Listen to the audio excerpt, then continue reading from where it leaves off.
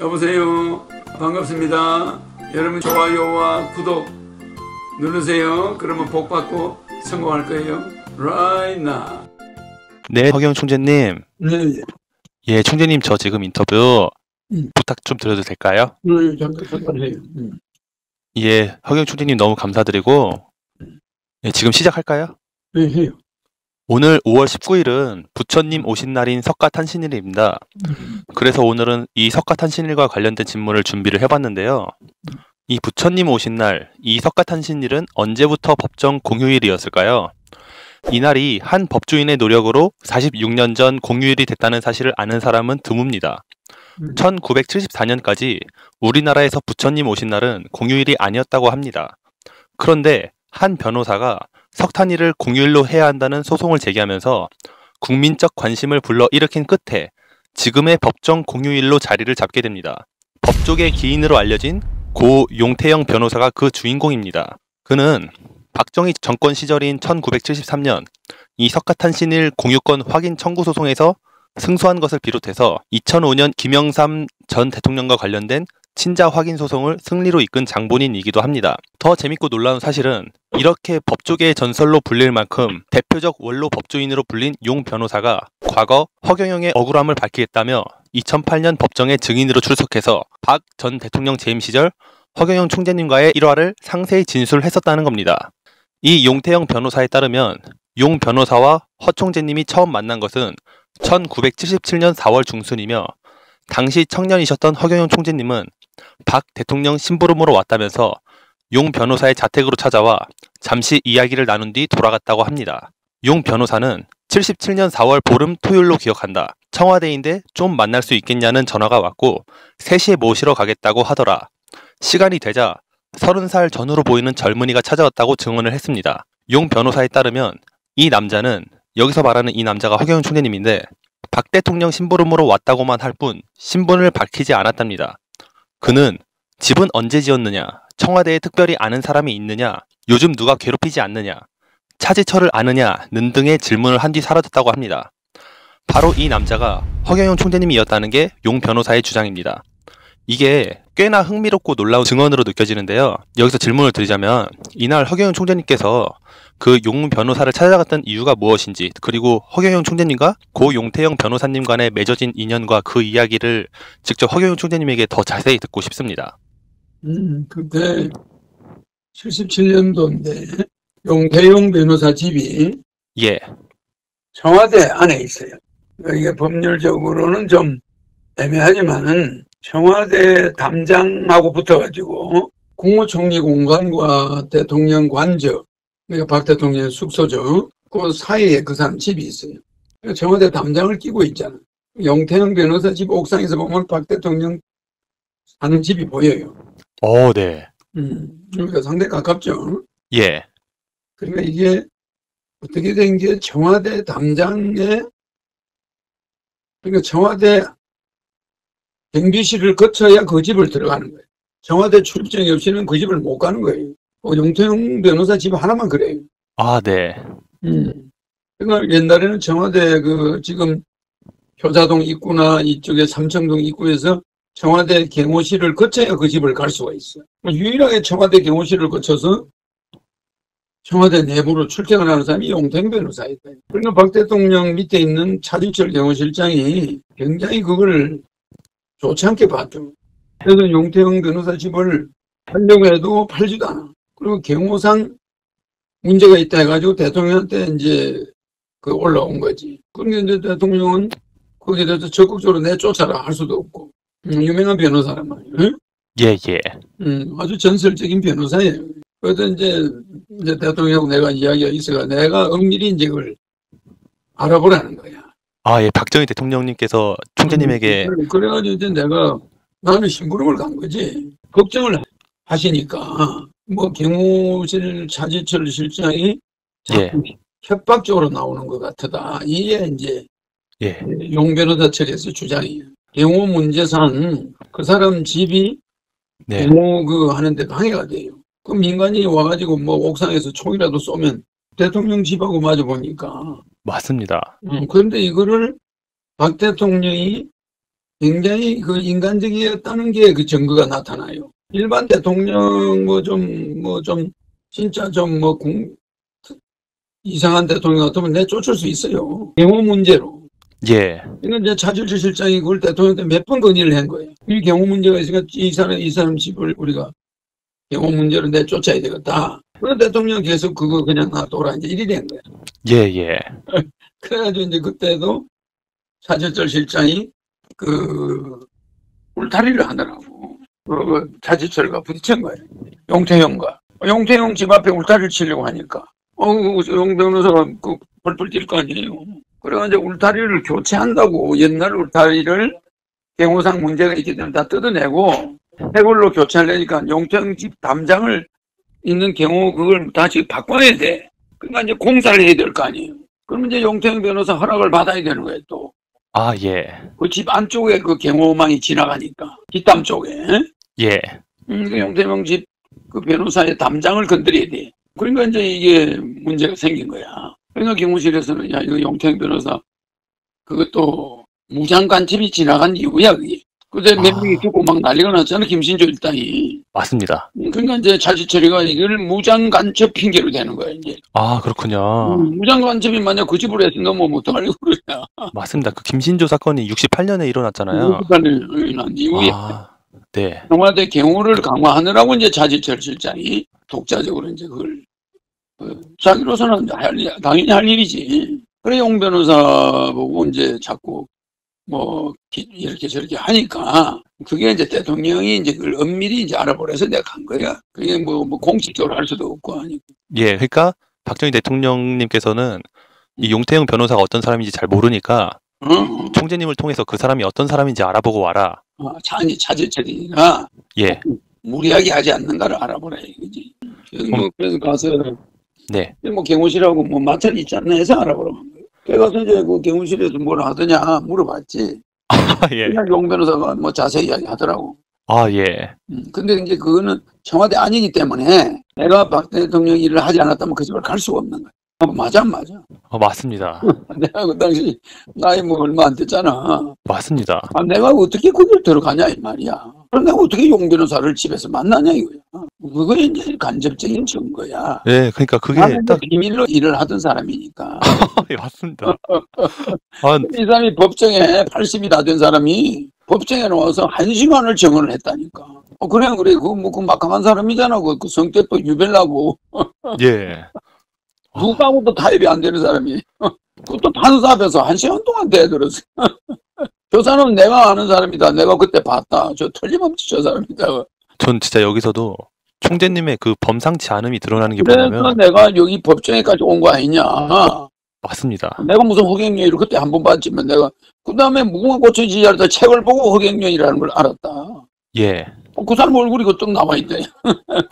그리고 네. 내 책에 용 변호사 이야기를 내가 했어 또. 그 용태형 변호사하고 내가 있었던 이야기를 쭉 거기서 네. 그런 일이 있었다고 했더니 용 변호사가 기절을 한 거야. 어떻게 자기 이야기 그 당시 만난 그 사람이 그때 이야기를 그대로 한다는 거지. 그 신문에 나와 있잖아. 맞습니다. 자기 그 책을 보니까 자기는 잊어버리고 있었는데 무궁화꽃을 지냐했던 책에 보니까 자기가 그때 있었던 일을 이 사람이 한단 말이야. 그리고 사진을 보니까 내가 맞네. 그리고 용 변호사가 나를 만나기 위해서 만난 거 아니야. 그래가지고 내가 그런 재판을 한다니까 당장 이 사람이 정인을 자기가 자체해서 나온 거야. 내가 그거 안 했다 이러니까 이상한 소리가 막 들리니까. 에? 맞습니다. 그 누가 그걸 확인해 줄 거요. 비밀이었는데. 다른 신분으로 내가 들락거렸으니까. 에? 총재 그리고 또 용 변호사가 또 그런 얘기도 했어요. 나중에 다시 총재님과 2001년도에 만나요. 그 책 때문에. 예. 내가 무궁화가 2000년에 나왔거든. 아, 예. 그 2001년도에 용 변호사는 나를 만났다니까. KBS 사장하고 KBS에 있는 사장하고 같이 만났지. 그때가 이제 20대니까. 예. 20대 나이였으니까 그때 일을 이제 40이 넘어서 용 변호사를 본 거 아니야. 무궁화꽃을 지냐한테. 맞습니다. 응? 용 변호사가 20대 시절에 허경 총재님에 대해서 묘사를 했는데 그 번뜩이는 안광이며 한 번 보면은 절대 못 잊을 강한 인상도 여전했다라는 그런 얘기를 했어요. 그리고 판사 앞에서 막 떠드는 거야 그 사람이. 당신들은 그때 허경영을 못 봐서 모른다. 이 사람이 그때는 얼마나 대단했는지 모른다. 이러잖아. 또 거기서 이제 총재님께서 그런 얘기도 했다 해요. 차지철이 당신을 내쫓으려고 해서 내가 간섭하지 말라 했다. 걱정하지 마라. 그리고 왔지. 예. 그러니까 와 여기서도 또 와, 나중에 총재님께서 제도 떨어지는 게 차지철이었어. 맞습니다. 지금도 차지철 하면은 와 박정희 대통령의 그래도 박 대통령이 차지철한테 말할 수 없는 게 있잖아. 아 예. 그런 거는 이제 내가 또 엄밀히 이제 그리 한 거지. 뭐 그때는 무서운 사람이 있나 내한테는. 누구든지 잡을 수가 있잖아. 박정희 그러나 대통령이 나는 예. 그런 행동을 안 하지. 신분하고 뭐 그냥. 그 박정희 대통령이 자신의 가장 최측근한테도 얘기하지 못하는 그런 사람. 게, 뭐 그런- 하여튼 지금 뭐 본인이 해결할 수 없는 거, 경찰이 해결할 수 없는 거, 예. 뭐 이런 거 있잖아. 그런 건 내가 이제 그게 또 하나의 나는 그 집을 그냥 두라고 했고 대통령한테 차지철은 내보내야 된다고 이제 이렇게 부장친 거야. 왜냐 그 사람이 이제 용 변호사 집 터가 그 터가 경복궁으로 내려오는 맥이야. 그 맥이 경복궁으로 내려와서 경복궁이 만들어지는 거지. 청와대 쪽은 낮아요. 근데 용 변호사 쪽 집은 높아. 그게 북악산에서 바로 내려오는 맥이야. 무슨 말이냐, 옆에는 쭉 낮은 데는 국무총리 공간, 오른쪽 낮은 데는 청와대 박 대통령 숙소. 그러면 그 줄기가 내려오잖아. 저기 북악산에서 내려온다고. 제일 높은 줄기야. 그 줄기 중앙에 그냥 용택 변호사 딱 앉아있어요. 네. 풍수가 엄청 센 자리지 아주. 그러니까 아주 그냥 경복궁을 누르고 있는 형국이야 집이. 네. 여기는 지금도 일반 사람이 이제는 요새는 차는 지나다니지, 그지? 그쯤 얼마 전까지만 해도 통제에 대해서 누구도 들어갈 수 없는 곳이었어. 그런 이야기를 내가 무궁화 꽃은 지지 않았다. 용 변호사를 모를 때 써놓은 거 아니야. 옛날 일화를. 아, 예, 총재님. 저는 개인적으로 허경영 총재님의 전설같이 내려오는 이런 이야기들을 그 당시에는 청와대가 지금하고 달라서 어마어마하게 무시무시했죠. 예. 뭐 청와대 그 당시 파워라는 게 대단했죠. 이런 무시무시한 시대에 20살밖에 안 된 청년이 박정희 대통령의 숨은 핵심이었다라는 게 그리고 또 이병철 회장하고 내가 또 그랬고. 예. 이게 너무 말이 안 되는 얘기라서. 그러니까 판사들은 이거 뭐 상상이 안 된다는 거야 판사들. 진짜 이건 상상을 못 합니다, 이거는. 왜냐면 그때 권력이 무서웠잖아. 무시무시한 권력인데도 내 때문에 용 변호사가 쫓겨나지 않은 거야. 거기서. 예. 사실은 이제 김신조 일당을 핑계로 자꾸 내보내려고 하고. 예.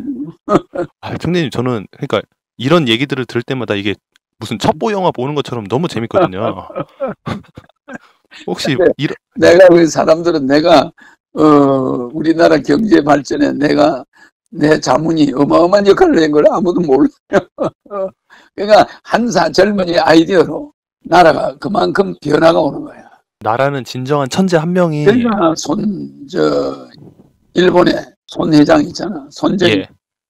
그 젊은이 하나가 말이야 일본을 흔들어 버렸어. 그래.